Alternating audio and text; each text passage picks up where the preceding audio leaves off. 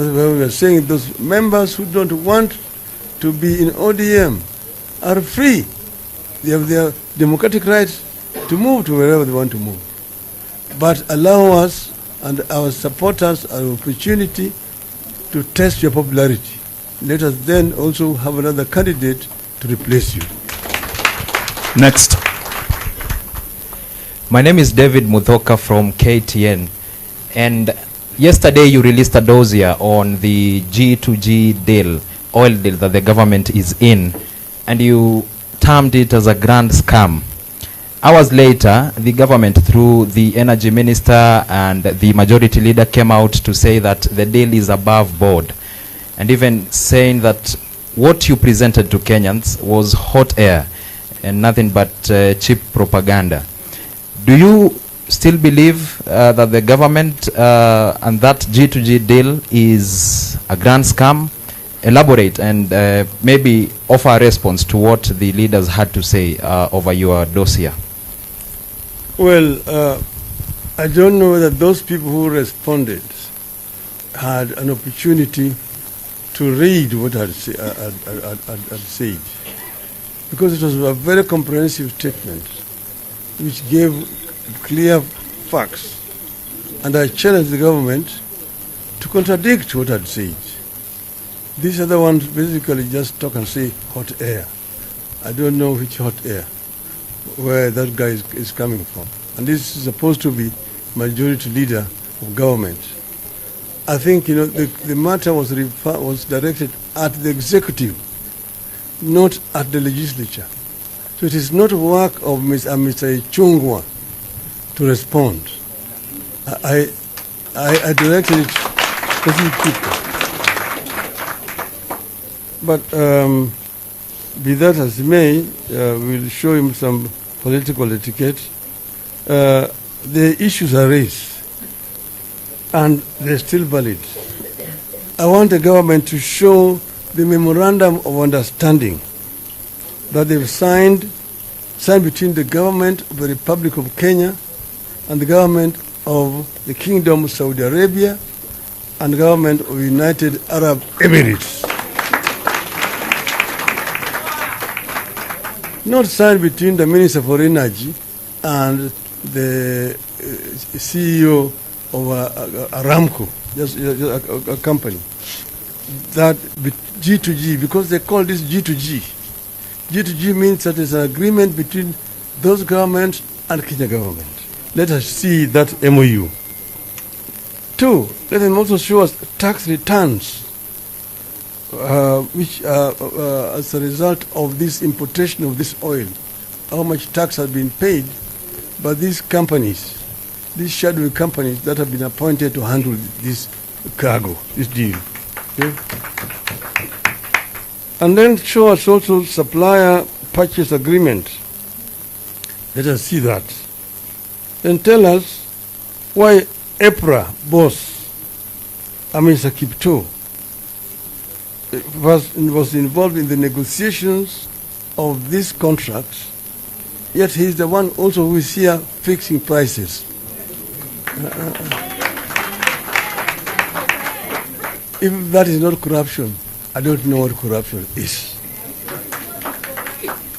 Those are very valid questions that I want this government to answer. Thank you. Your Excellency, with your indulgence, we have 2 questions, then we wind up the session. I'm Chris Owino from Ramogi TV. I've got 2 questions. The first question, are you considering taking any action against the governor of Turkana who has outrightly rebelled against the party in line with the enhancing discipline in ODM? And secondly, there have been reports that ODM has lost its grips in Western Kenya and the coast. Do you have formidable plans to revamp the party? That's all. I don't answer to propaganda. That's basically propaganda. Nobody has measured the popularity of ODM.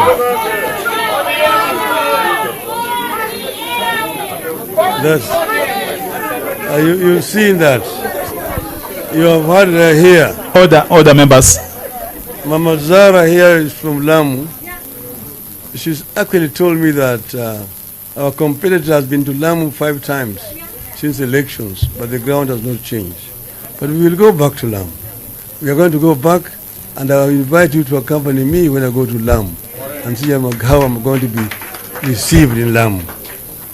So, I mean, it will be very unfair of me to begin to discuss a governor here when he's not present. That is not right at all. Those are internal issues that are dealt with. There are organs within the party to deal with those issues. So if Mr. Jeremiah has the issues, he will deal with the party organs, not me. I have nothing against Mr. Lemurkel, but of course he misbehaved, and there are proper organs that will deal with those issues, not here. Okay. Thank you very much. I think members of the media, you can leave. We'll call you back again for resolutions after the session. Thank you very much. Back to Chairman.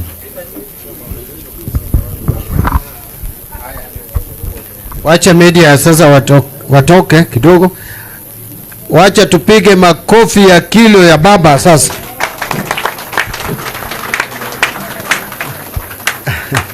Asanteni sana.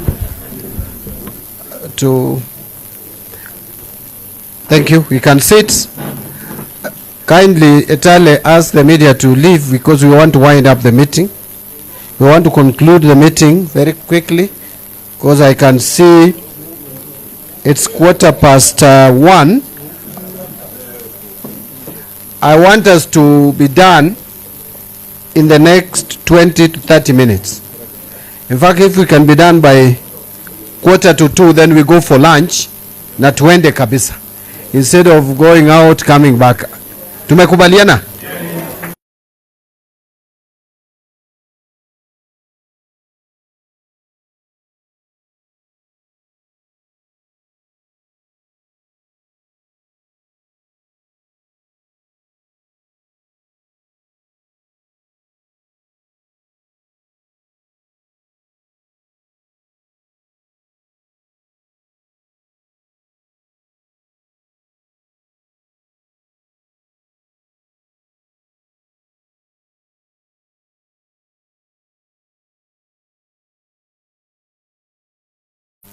They're looking for people who are committed to building an economy in which all Kenyans can flourish, an economy which benefits as a whole rather than a few individuals.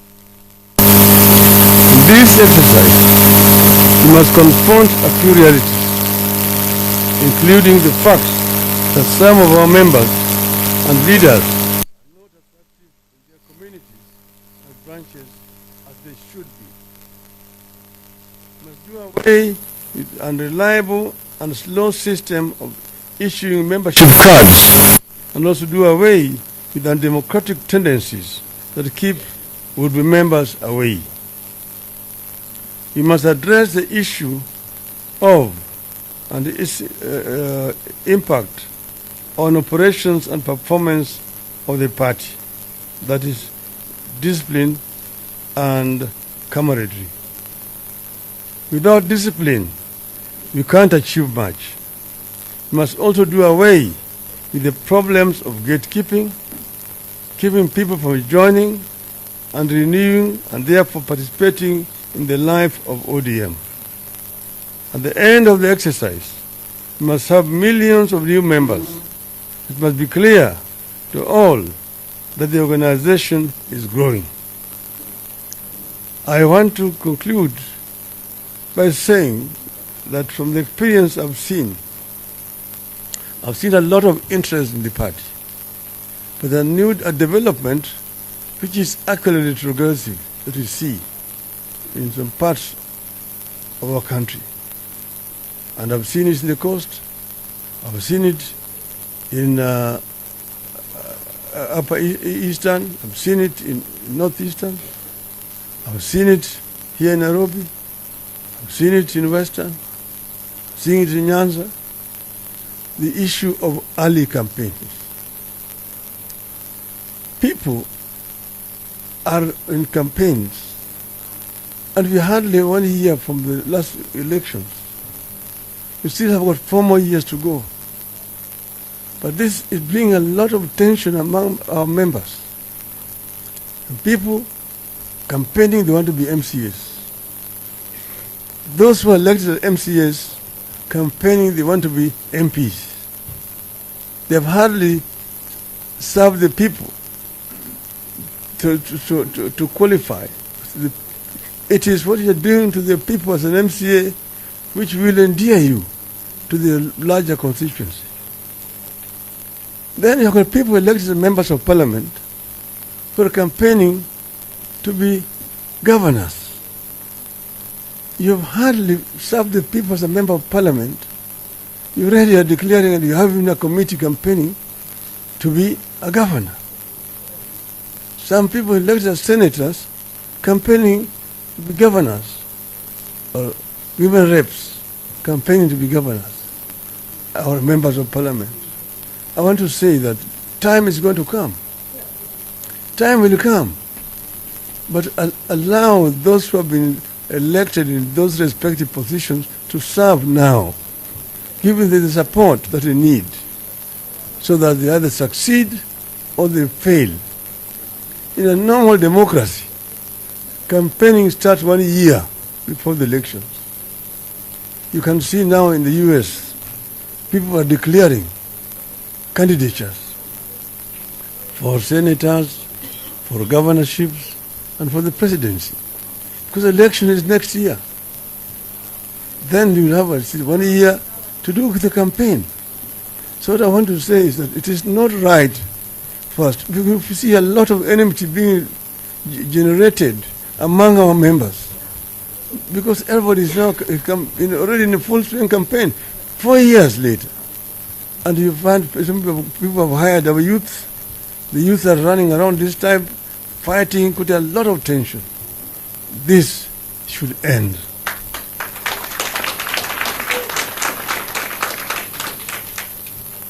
So I think basically that's what I wanted to say here.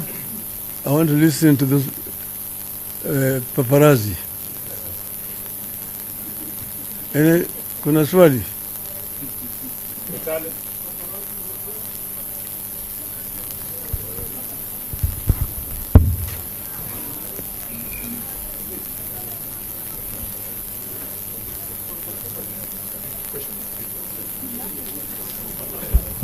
Do you have any questions here? Okay.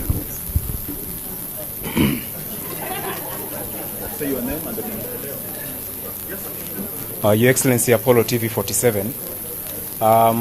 There's the issue of other leaders, leaders from other political parties who are campaigning in ODM areas. What's your take on that? Number two, there is the issue of discipline in the party, and especially the rebels. Some of them have been appealing to you to reconsider the decision to do with expulsion. What's your take? Thank you. Well, we cannot really control members of other political parties campaigning in our regions, because we live in a democracy. They are very much welcome, except what I've just said now, that it is too premature for people to begin campaigning across board. This applies across board, because it generates a lot of tension. You divert people's attentions and energy from productive work. So my advice to them would be also, bid your time. Time for campaigning is going to come. With regard to discipline in the party, there are of course clear rules and guidelines how in discipline are handled. And as you know, we have a committee that deals with matters of discipline. Then we have got respective party organs that handle those. So if somebody is unhappy the manner in which his case has been handled, he has the right to appeal through the normal channels, this appeal should be handled. You see, there are rules that must be observed. We must strengthen multi-party in our country. If you are elected on a particular party's ticket or a coalition, you actually are basically